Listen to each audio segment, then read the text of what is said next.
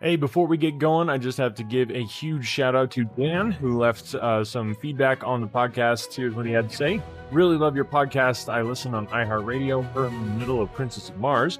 I'm really liking it, and funny, I just started in right before it. Another wonderful story. Never would have imagined they were from the same author. Thank you so much for the podcast. I really enjoy it. Well, Dan, I'm so glad that you're enjoying it. Man, if you're just getting started on Princess of Mars, you are in luck, because then we got 2 other books in that series. And like I'll mention here in a minute, bundles, check those out, anotherworldaudiobooks.com. But thank you, Dan. Huge shout out, and thank you so much for the feedback on the podcast. It really does mean the world to hear from listeners, and it makes my day. Welcome back to Another World Audiobooks. Thank you guys for tuning in. As always, it's so great to have everybody here. It is really cool to see all the listeners from all over the world as we're doing around the world in 80 days. It's kind of cool. I'd love to hear from you as Passepartout and Phileas Fogg end up in your country. Definitely leave a comment on the episode and make sure to share the episode and tell people that you got some celebrities visiting you in the audiobook world. So thanks guys for listening. If you haven't checked out the backlist, make sure to do that.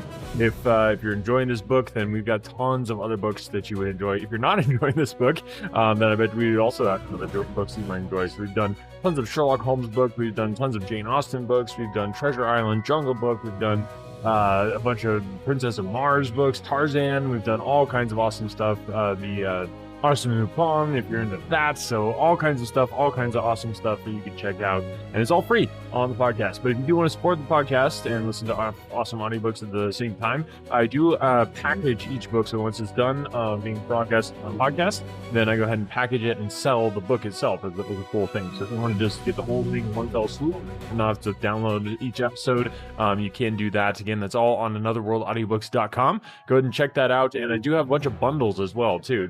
The pricing on those bundles is insane. So like the Sherlock Holmes bundle, you get 6 books, and it's basically the price of what a normal audiobook costs. But you get 6 full audiobooks of Sherlock Holmes. So I can't remember how many hours it is, but you could listen like for a full week, just straight through that audiobook bundle. So pretty cool stuff. Check it out, anotherworldaudiobooks.com. And now, without further ado, let's jump into the next couple chapters from Around the World in 80 Days. Chapter 8, in which Passepartout talks rather more, perhaps, than is prudent.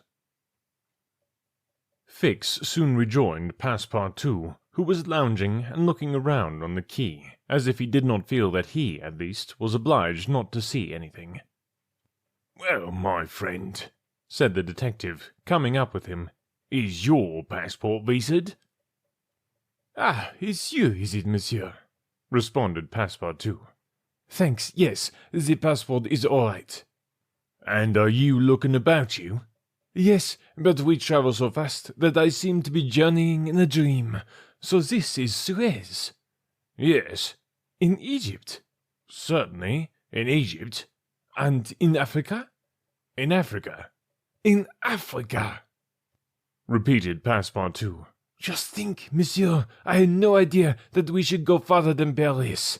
And all that I saw of Paris was between 20 minutes past 7 and 20 minutes before 9 in the morning, between the Northern and Lyons stations, through the windows of a car and in the driving rain. How I regret not having seen once more Père Lachaise and the circus and the Champs-Élysées." "You are in a great hurry, then?" "I am not, but my master is. By the way, I must buy some shoes and shirts. We came away without trunks, only with a carpet bag." "I will show you an excellent shop for getting what you want." "Really, monsieur, you are very kind." And they walked off together, Passepartout chatting volubly as they went along. "Above all," said he, "don't let me lose the steamer." "You have plenty of time. It's only 12 o'clock. Passepartout pulled out his big watch. 12? He exclaimed. "Why, it's only 8 minutes before 10. "Your watch is slow." "My watch? A family watch, monsieur, which has come down from my great-grandfather. It doesn't vary 5 minutes in a year. It's a perfect chronometer, look you." "I see how it is," said Fix. "You have kept London time, which is 2 hours behind that of Suez. You ought to regulate your watch at noon in each country." "I regulate my watch? Never." "Well then, it will not agree with the sun." "So much worse for the sun, monsieur. The sun will be wrong then." And the worthy fellow returned the watch to its fob with a defiant gesture. After a few minutes' silence, Fix resumed, "You left London hastily, then?" "I rather think so. Last Friday at 8 o'clock in the evening, Monsieur Fogg came home from his club, and 3/4 of an hour afterwards we were off." "But where is your master going?" "Always straight ahead. He is going round the world." "Round the world?" cried Fix. "Yes, and in 80 days. He says it is on a wager, but between us, I don't believe a word of it. That wouldn't be common sense. There's something else in the wind." "Ah, Mr. Fogg is a character, is he?" "I should say he was." "Is he rich?" "No doubt, for he is carrying an enormous sum in brand new banknotes with him, and he doesn't spare the money on the way either. He has offered a large reward to the engineer of the Mongolia if he gets us to Bombay well in advance of time." "And you have known your master a long time?" "I know. I entered his servants the very day we left London." The effect of these replies upon the already suspicious and excited detective may be imagined. The hasty departure from London soon after the robbery, the large sum carried by Mr. Fogg, his eagerness to reach distant countries, the pretext of an eccentric and foolhardy bet, all confirmed Fix in his theory. He continued to pump poor Passepartout, and learned that he really knew little or nothing of his master, who lived a solitary existence in London, was said to be rich, though no one knew whence came his riches, and was mysterious and impenetrable in his affairs and habits. Fix felt sure that Phileas Fogg would not land at Suez, but was really going on to Bombay. "Is Bombay far from here?" asked Passepartout. "Pretty far. It is a 10 days' voyage by sea." "And in what country is Bombay?" "India." "In Asia?" "Certainly." "The deuce! I was going to tell you there's one thing that worries me. My burner." "What burner?" "My gas burner, which I forgot to turn off, and which is at this moment burning at my expense. I have calculated, monsieur, that I will lose 2 shillings every 24 hours, exactly 6 pence more than I earn, and you will understand that the longer our journey—" Did Fix pay any attention to Passepartout's trouble about the gas? It is not probable. He was not listening, but was cogitating a project. Passepartout and he had now reached the shop, where Fix left his companion to make his purchases, after recommending him not to miss the steamer, and hurried back to the consulate. Now that he was fully convinced, Fix had quite recovered his equanimity. "Consul," said he, "I have no longer any doubt. I have spotted my man. He passes himself off as an odd stick who is going round the world in 80 days. "Then he's a sharp fellow," returned the consul, "and counts on returning to London after putting the police of the 2 countries off his track." "We'll see about that," replied Fix. "But are you not mistaken?" "I am not mistaken." "Why was this robber so anxious to prove by the visa that he had passed through Suez?" "Why? I've no idea, but listen to me." He reported in a few words the most important parts of his conversation with Passepartout. "In short," said the consul, "appearances are wholly against this man, and what are you going to do?" "Send a dispatch to London for a warrant of arrest to be dispatched instantly to Bombay, take passage on board the Mongolia, follow my rogue to India, and there, on English ground, arrest him politely, with my warrant in my hand, and my hand on his shoulder." Having uttered these words with a cool, careless air, the detective took leave of the consul, and repaired to the telegraph office, whence he sent the dispatch which we have seen, to the London police office. A quarter of an hour later found Fix, with a small bag in his hand, proceeding on board the Mongolia, and ere many moments longer, the noble steamer rode out at full steam upon the waters of the Red Sea. Chapter 9. In which the Red Sea and the Indian Ocean prove propitious to the designs of Phileas Fogg.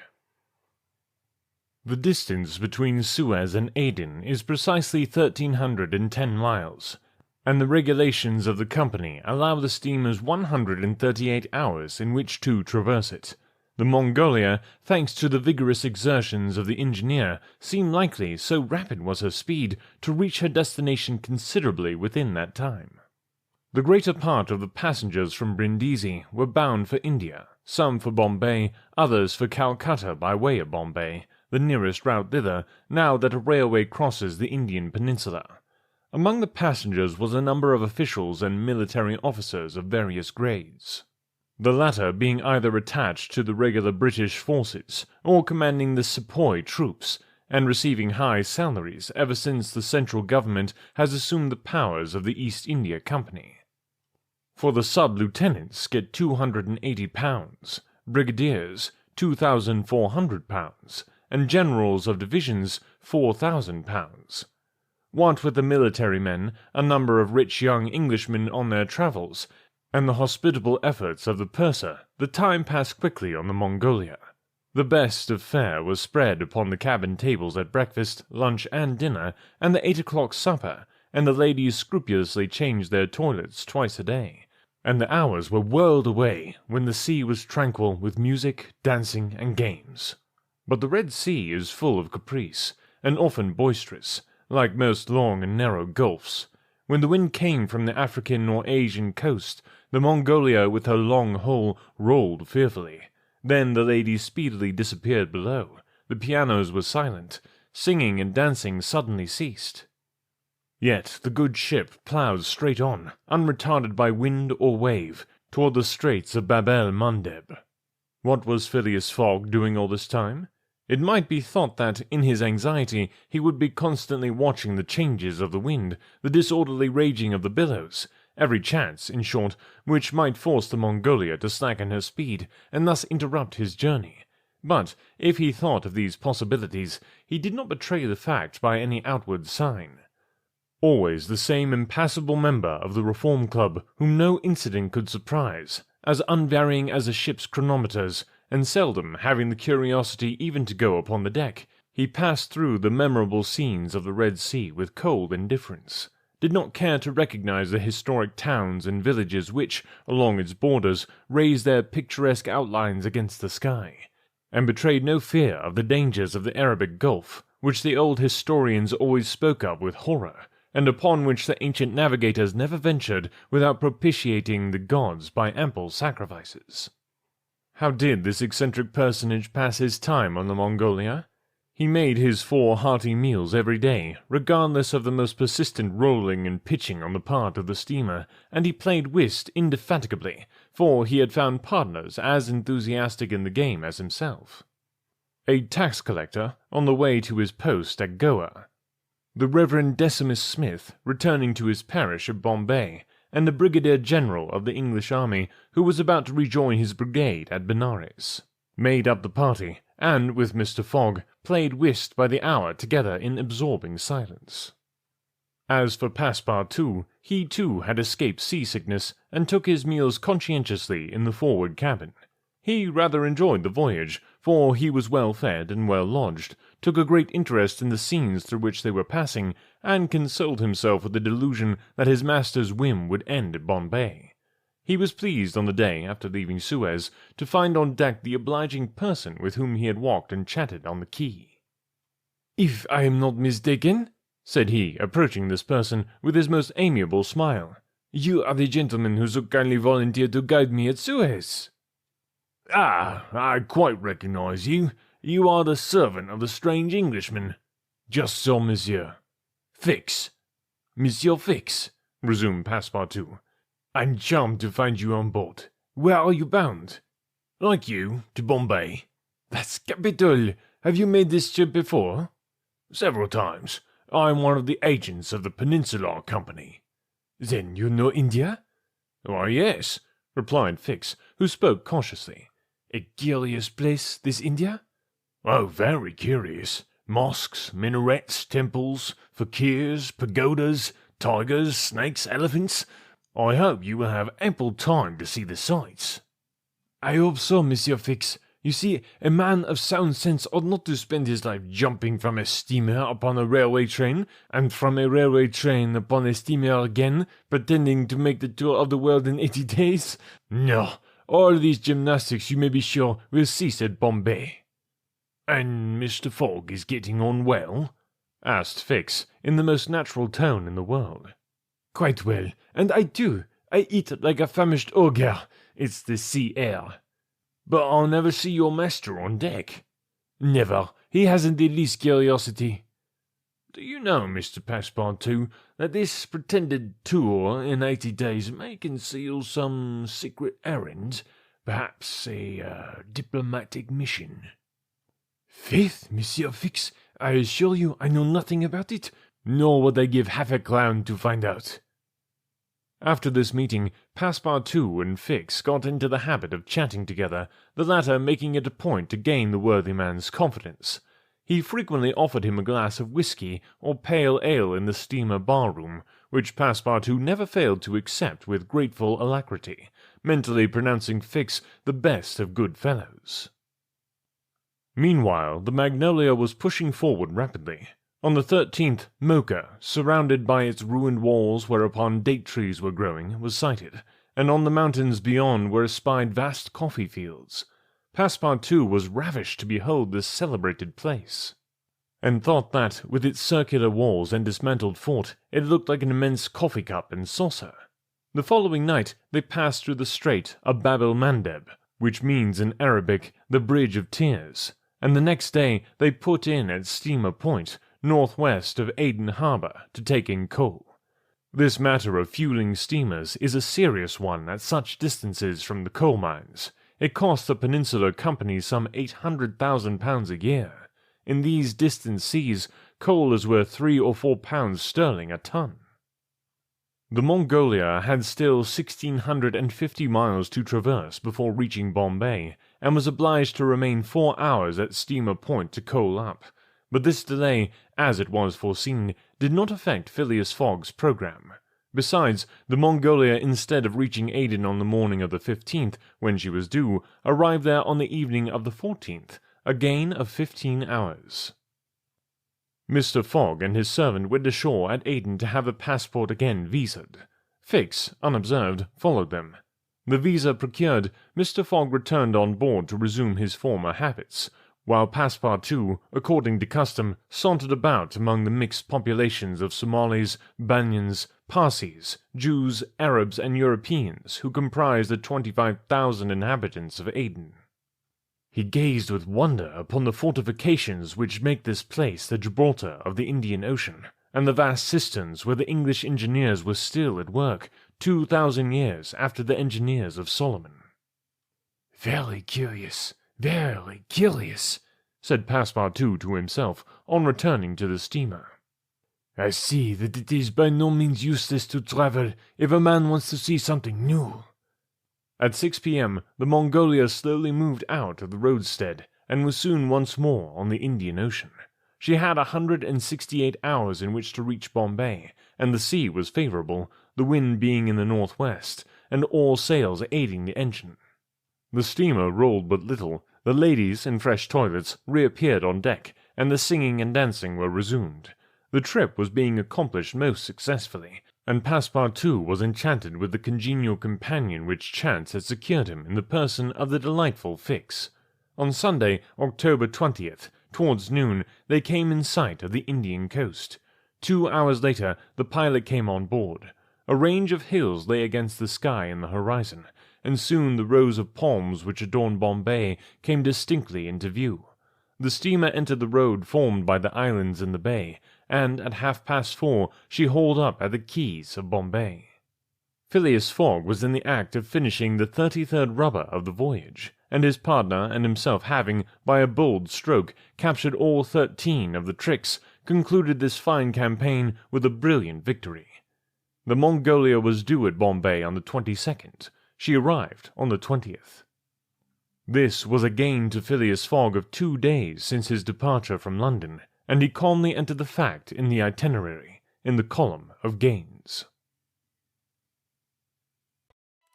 All right, hope you guys are enjoying this so far. I had a few words, cogitate, which is, I think I figured out what it meant just by hearing it, but it basically means to spend time thinking very carefully about a subject. You're really being thoughtful. Cogitating. Cogitation. That's a really good one.